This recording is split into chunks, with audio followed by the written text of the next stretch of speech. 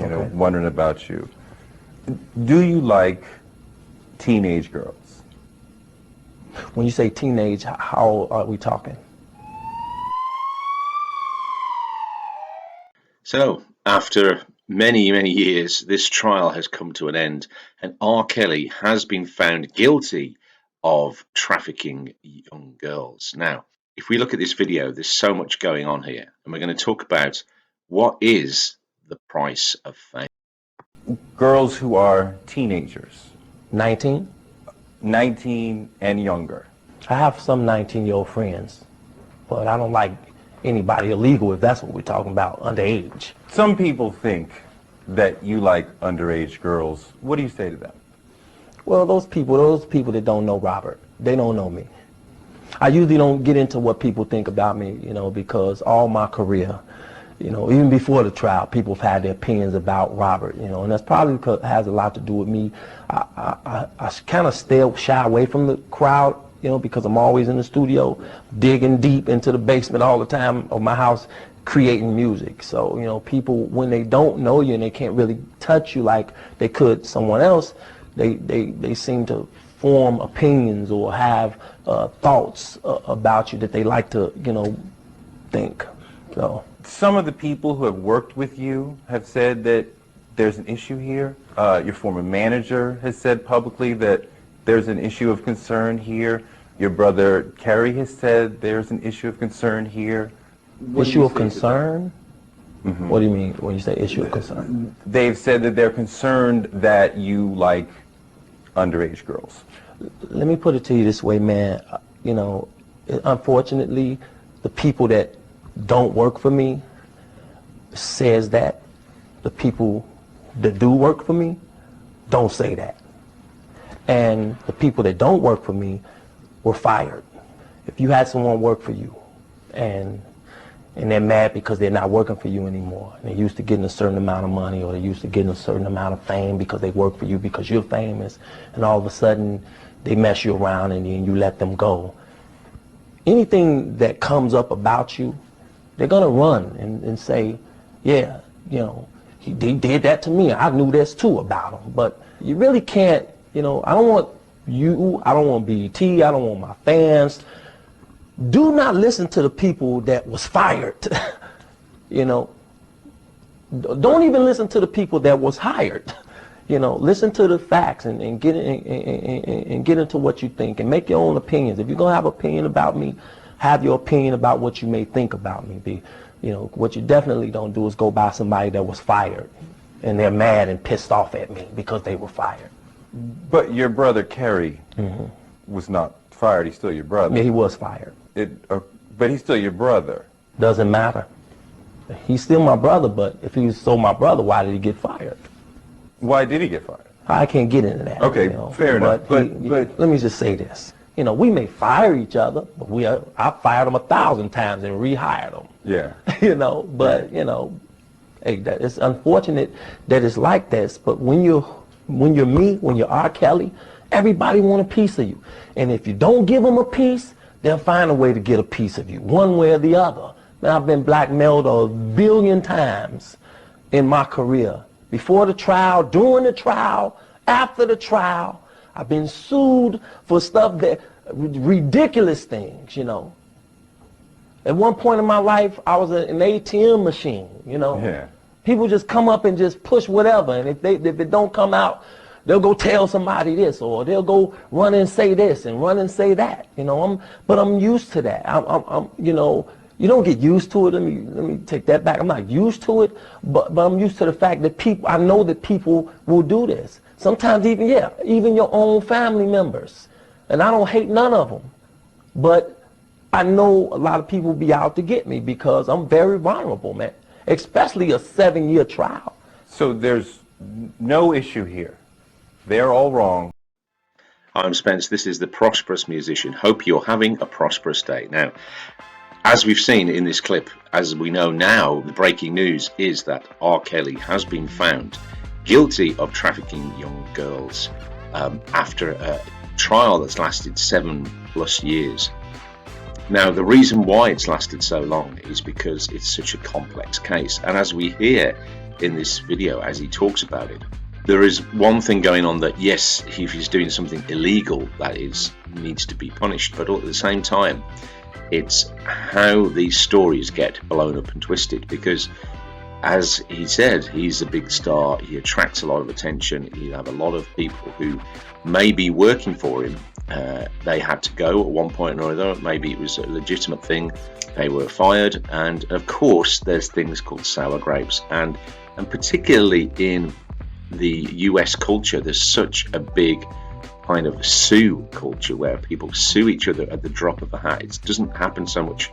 It's not so much in the culture in the UK, for example, but in the US it's a big thing. So any slight sort of gripe anyone can have with anybody, then they can throw a lawsuit at them. And he says in there he's been blackmailed many times. And so you can imagine that kind of life. You're in this in the fishbowl, basically. Everyone's looking at you. Everybody wants a piece of you, and you've got a lot of pieces to give out. You've got a lot of money, you've got a lot of wealth. There's a lot of upside to suing someone like that. It's a big high-profile case. You might even yourself, as the person who sues, get famous off the back of it, not to mention win a lot of money. So what I'm saying, and the point I'm trying to make in this video is, yes, justice has been done. R. Kelly has been convicted, and that's right.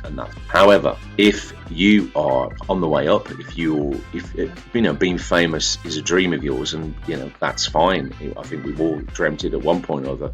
But if you're really serious about it, you really need to think about the preparation when you get there. Is the things in your life that, if they were brought into public scrutiny like this, could be twisted into something that maybe isn't true, or maybe exaggerated into something that you could be found guilty for? Or are you into stuff that you could be made, sent to jail for?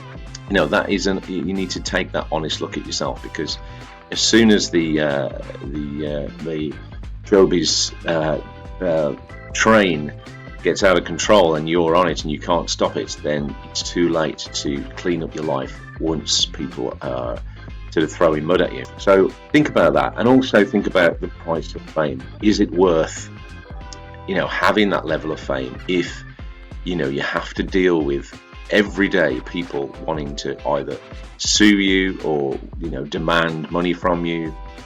You've got your family working for you, you have to hire and fire your family. It really changes people. Fame and money really changes things. So you may not ever get the kind of fame that R. Kelly has, but having said that, when you do become more successful, you have to think about these things, that people's approaches to you will change. It will change your relationships with people, and anyone who says it doesn't is a liar, because it does. It might not change you so much, but it will change the people around you and how they view you, as they'll just see pound signs or dollar signs or whatever currency they're in, potentially, because you are that. Then you become something else. You become a commodity, you become a thing rather than a person. So I guess this is a great example of that, weighing up the price of fame and success. First of all, make sure you are spotless in your life. Make sure there's nothing in your life that be dredged up, that you're not willing to admit to. Now, if you're honest about that, if R. Kelly came out and said, well, yeah, I like hanging around with teenage girls, but they're not underage, and blah blah blah. Of course, that's going to create a lot of heat as well. That's going to create a lot of criticism. But if he was honest about things, then maybe it wouldn't have got as far as it did. However, he has been convicted now, and it is kind of academic now because he's convicted, and it's been a long time coming. So maybe he will be rehabilitated. Maybe it will change things for him. Maybe he will be able to come back from this. So maybe his life and career is over now. So maybe let that be a cautionary tale to you if you are thinking of being in the public eye, if you want to have a very public life, or being in the arts, being a musician, potentially can do that for you. If you're the face of the music, for example, then think about how you're living your life now. Are you living an exemplary life? Are you clean? Is there anything in your life right now that could be blown up out of all proportion, but perhaps come back to bite you, haunt you years later? If not, then go ahead, go for it, and but be prepared for if you do achieve great success, like for example R. Kelly has, then it comes at a price. It comes your privacy is no longer, your life is no longer private, and people around you will change. They will expect a lot more from you, and they will look for any way to get money from you. And as he said, he didn't hate them. He didn't hate his family for doing that. It's just kind of human nature, as Michael Jackson said. Another guy who you could argue had a very similar sort of penchant. But let's also look at the things that, how the contribution then to music, people like Michael Jackson, people like R. Kelly's huge contribution to, I'm not really an R. Kelly fan, but Michael Jackson, you can't argue, he contributed hugely to popular music. But all that gets kind of forgotten about and washed away in the light of these scandals and in these revelations that their private lives were anything but sort of clean and wholesome. Which is a shame, because ultimately people's music and contribution is what brings us all together. Music is a very powerful medium that can bring everyone together and give people joy and hope. But we have to understand that the people who write that music and create it are human, and they're fallible, and they make mistakes, and they do things that they shouldn't be doing, and they do illegal things. And so I guess that's the question: do we still revere that music? Do we still hold that music true, or is it forever tarnished? So what do you think about this? Are you an R. Kelly fan? Are you shocked about this? Does it make you want to burn all his music and forget all about him? Or can you separate the fallible man from his music? Or is it just forever tarnished, where you just not, never claim to be a fan of R. Kelly's music ever again because of this? And of course, that goes for like Michael Jackson, people like Gary Glitter, and all these people who have been found guilty and accused of underage, messing around with underage girls and boys. And rightly so, should be face the consequences of their actions. But does it affect their music? So let me know your views in the comments down below. Let's have a conversation about this. And see you on the next video. Have a prosperous day. Take care.